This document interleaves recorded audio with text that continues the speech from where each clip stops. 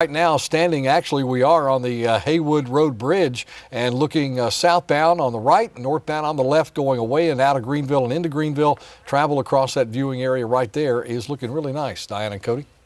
Chris, thanks so much. New at 4, actor Jussie Smollett appeared in court today after a jury handed down a 16-count indictment against him. This is video of him leaving a Chicago courtroom. Today's hearing was about whether to allow cameras in court during Smollett's trial. An attorney for Smollett says she wants cameras in the room so the public can see the evidence. Smollett is charged with 16 counts related to lying to police about being the victim of a hate crime. Police now believe Smollett staged the attack to promote his career. Another hearing is scheduled for Thursday. Well, MMA star Conor McGregor is out of jail after an alleged attack on a fan. Police in Miami Beach arrested him Monday night. The fan claims he approached McGregor for a selfie and that the fighter grabbed his phone and smashed it on the ground. He's charged with felony strong armed robbery. McGregor's attorney says it was all just a minor altercation. Well, a man who's been struggling to turn his life around is getting help from a Kardashian. Matthew Charles is one of the first people to benefit from the First Step Act, which allows people convicted of nonviolent drug offenses to get out of prison early. He has a job now, but is having a hard time paying rent. Kim Kardashian West heard about his story. She's now planning to pay his rent for the next 5 years. She also hopes he can save enough money for a down payment on a house. Well, Bachelor fans are still talking about last night's season finale. Find out more in today's People Update.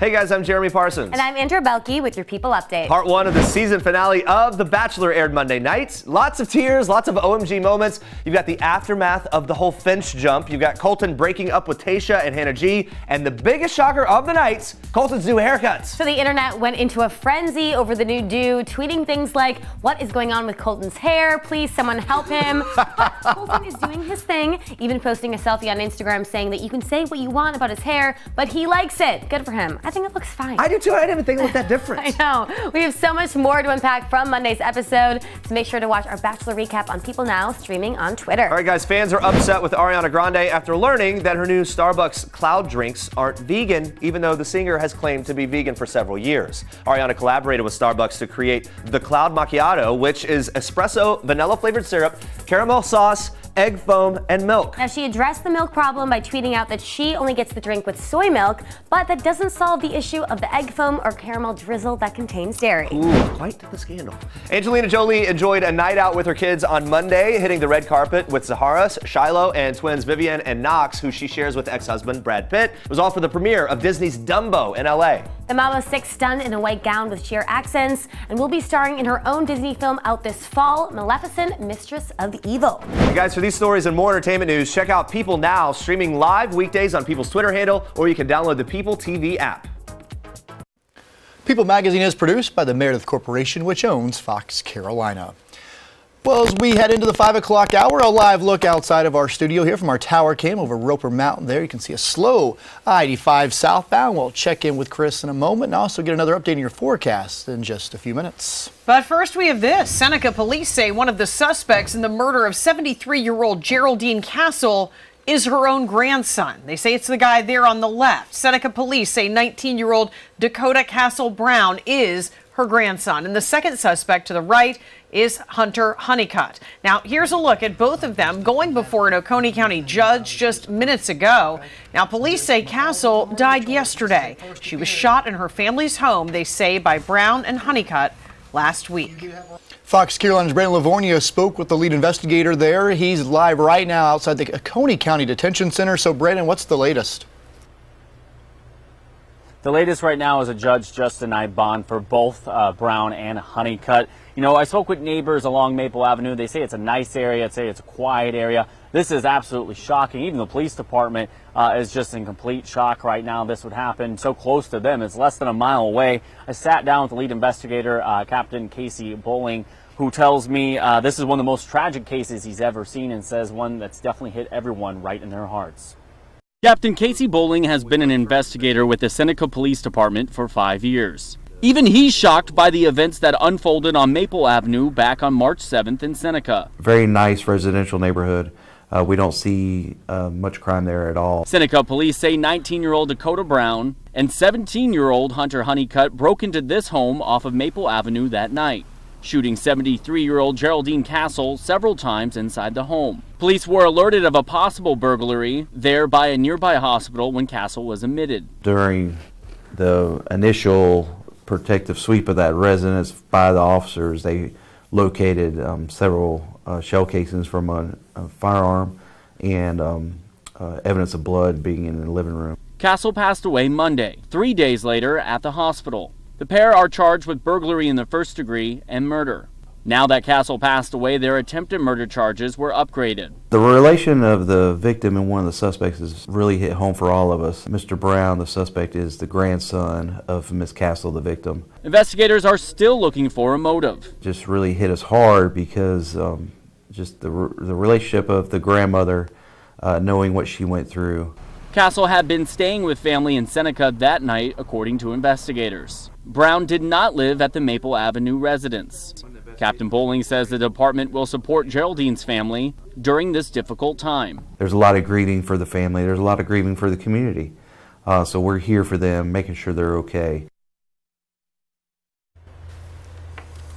And again, bond was denied for both of them, Brown and Honeycutt. And as more details become available, like a motive behind all of this, we'll be sure to release it on air and, of course, over at foxcarolina.com. But for now, live here in Oconee County, Brandon Livornia, Fox Carolina, D5 o'clock news.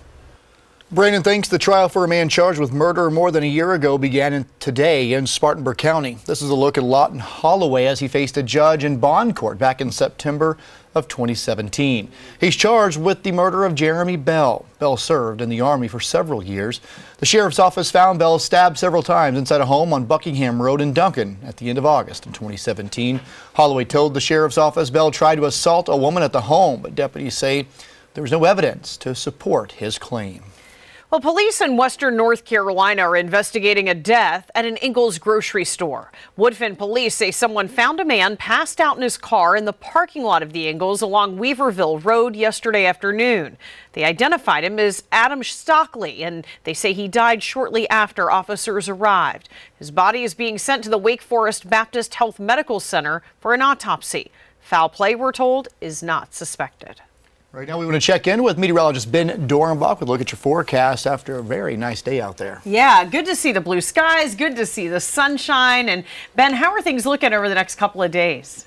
Honestly, gorgeous, Diana and Cody. We're looking at just pretty much the exact same weather that we had today for tomorrow.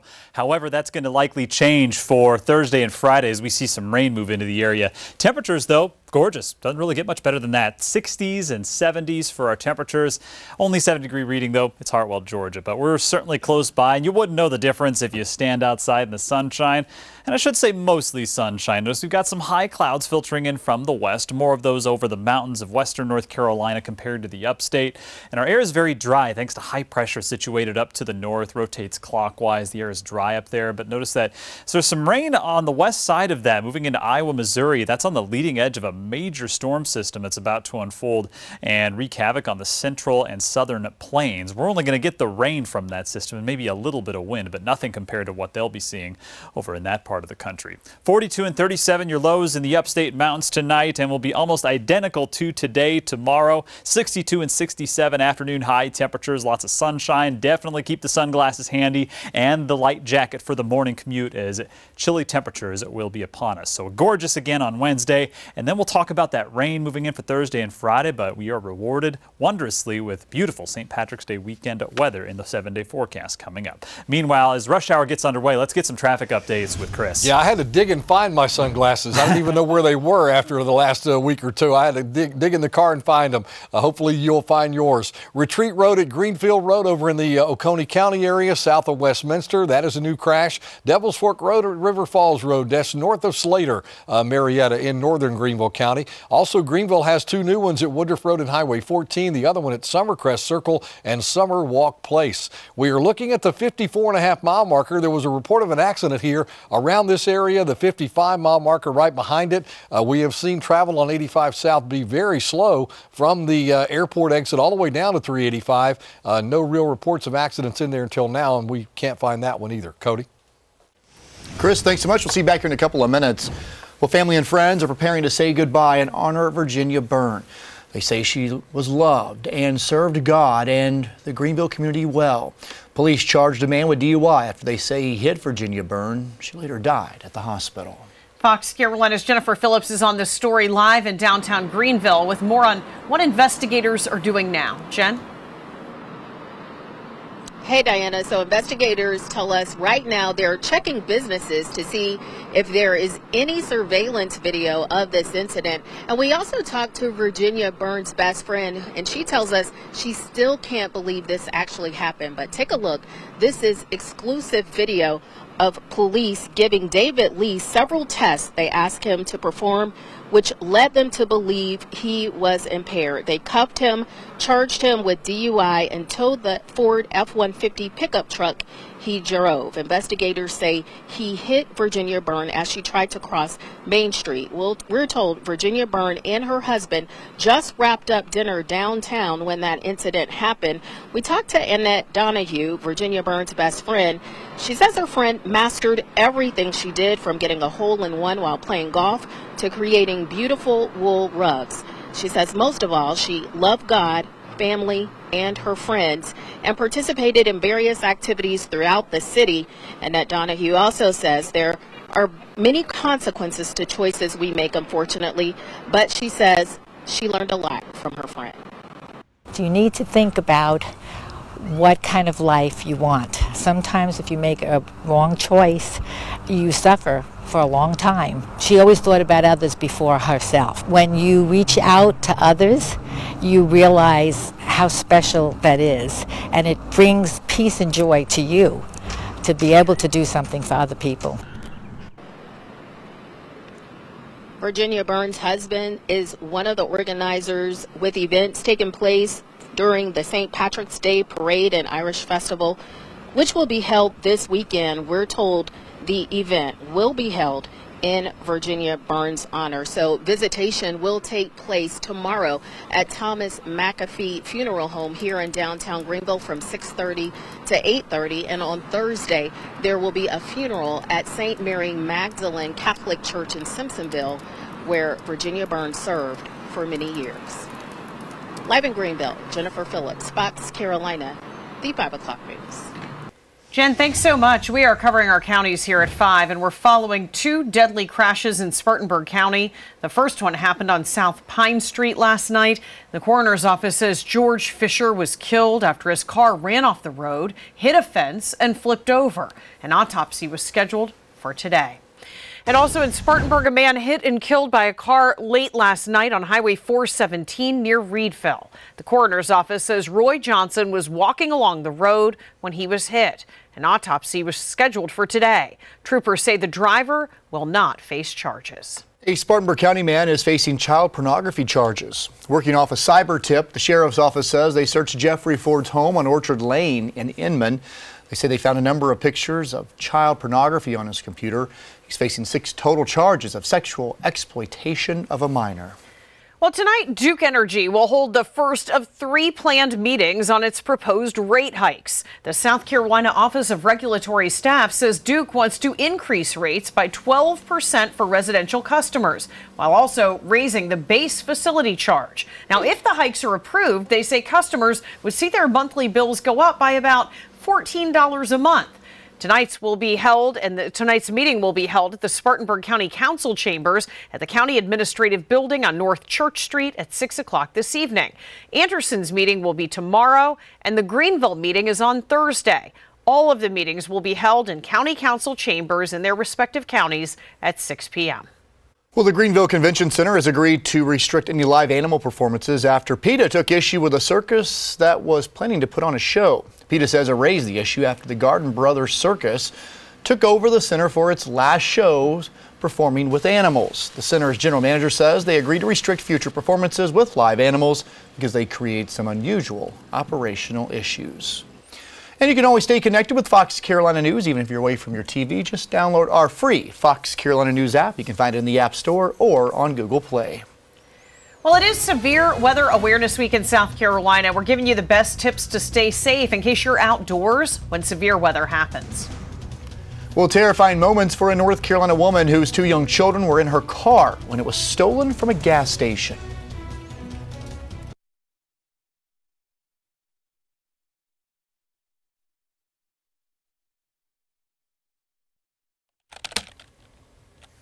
Help.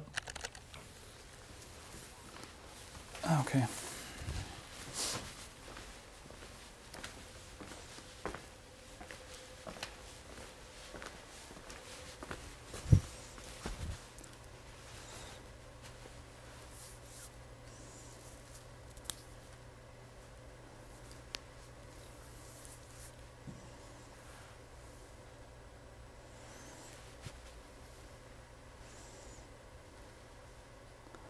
Cool.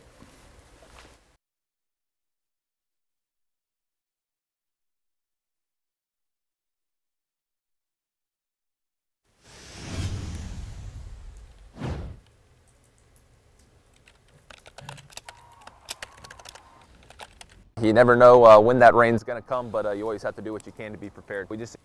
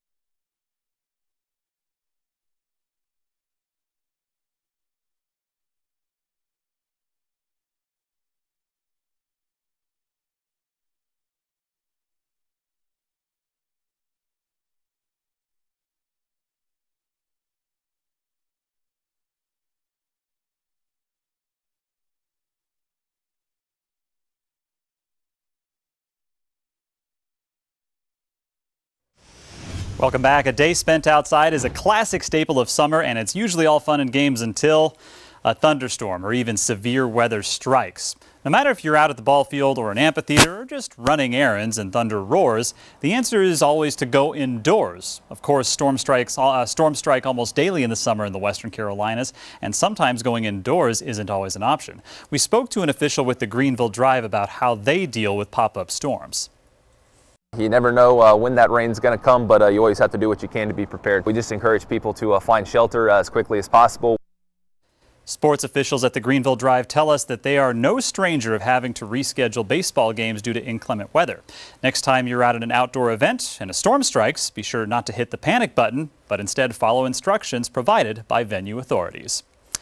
And we're getting ready for a big tornado drill that's happening tomorrow all across the state of South Carolina. Meteorologist Nicole Pape explains. In coordination with South Carolina's Severe Weather Awareness Week, a tornado drill will occur on March 13th. That's this Wednesday. Around 9 a.m., you'll hear TV stations, weather radios, and EAS alerts go off for a test of the warning system. While the test won't require you to do anything, it's recommended you use that time to practice what to do wherever you are if a severe storm produces a tornado. To practice your plan, we have some tips for you. You want to get to the lowest floor of your home or office, find a sturdy building, and if you're in a mobile home, you should evacuate and avoid it. Stay away from windows, find a room at the center of the house or the building that you're in, and put as many walls between you and the outside as possible. We'll practice our safety plan here at Fox on March 13th when the tornado drill goes off around 9 a.m. We encourage you to do the same wherever you are. Stick with Fox Carolina throughout severe storm season this spring. And spring not too far away. Hard to believe this year's moving right along. It is only 8 days away. That's until the official start of spring. And well, you know, it was a few weeks ago when we had those cold snaps when I was cursing the groundhog's name. It's like, because he predicted the early spring, and we're kind of feeling it a week ahead of time, give or take. And you can really see that beautiful view of Lake Hartwell. Not really much, but a few ripples on the pond. Not much wind being felt, combined with temperatures in the 60s. So yeah. I think our perfect 10's checking out pretty well. 60s across the area, most of the upstate, some low 60s in western North Carolina. Higher country up above 3,500 feet in Waynesville, you're at about 57 degrees. So no matter where you are, it's gorgeous out. A little more cloud cover up above in northern portions of western North Carolina. That's for some upper level moisture from the leading edge of a major storm system. That's where you see rain over parts of the Midwest, but it's really high pressure over the Ohio River Valley and moving into the northeast. That's filtering down dry air from over there. So that's why our atmosphere is so dry. And you might be feeling it, whether it be your skin or your eyes, as it is very dry. But notice that we've got this storm system. You see this major counterclockwise swirl just south of the Mexico-U.S. border. And that's really going to intensify here over the next 24 hours or so. It's already caused some rain, but it's going to cause a lot more wind. And just to provide you the scope, all these areas shaded in pink, these are high wind warnings. Areas shaded in purple are blizzard warnings, winter storm warnings in those surrounding areas, not to mention flood watches for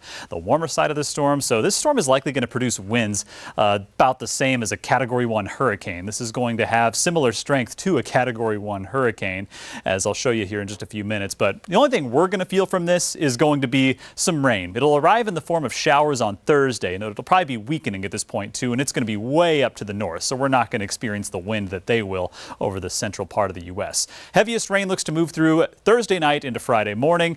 Lingering showers for Friday afternoon, and then we should be completely dry Friday night. A little bit of a wintry mix possible along the ridge tops between Tennessee and North Carolina Saturday morning. That's really about it. The rest of the weekend, it'll be a little bit cooler, but it'll be a return to the sunshine, and that's what we want for a St. Patrick's Day weekend. 42 degrees for a low temperature in the upstate tonight. Mountains, it's 37 for you, just a few passing clouds. And we'll do the same tomorrow, just add a few clouds to the sky, and you get Wednesday's forecast. So copy and paste plus the few clouds. That's your equation for Wednesday's forecast comparison to today. So for that reason, we're going to keep it at a perfect 10 on the Carolina Sky Meter, and we'll be back to perfect 10 territory come this weekend. It won't be quite perfect Thursday, but overall still not a washout. A lot of that rain's going to hold off until later in the day. Much rainier, even some storms possible on Friday too, as that system makes its way through very swiftly. And then the low 60s, mid 50s settle in place for the weekend, but should bounce back by the early part of next week. A reminder for the latest forecast, you can go to foxcarolina.com and click on the weather tab. And now for another traffic update.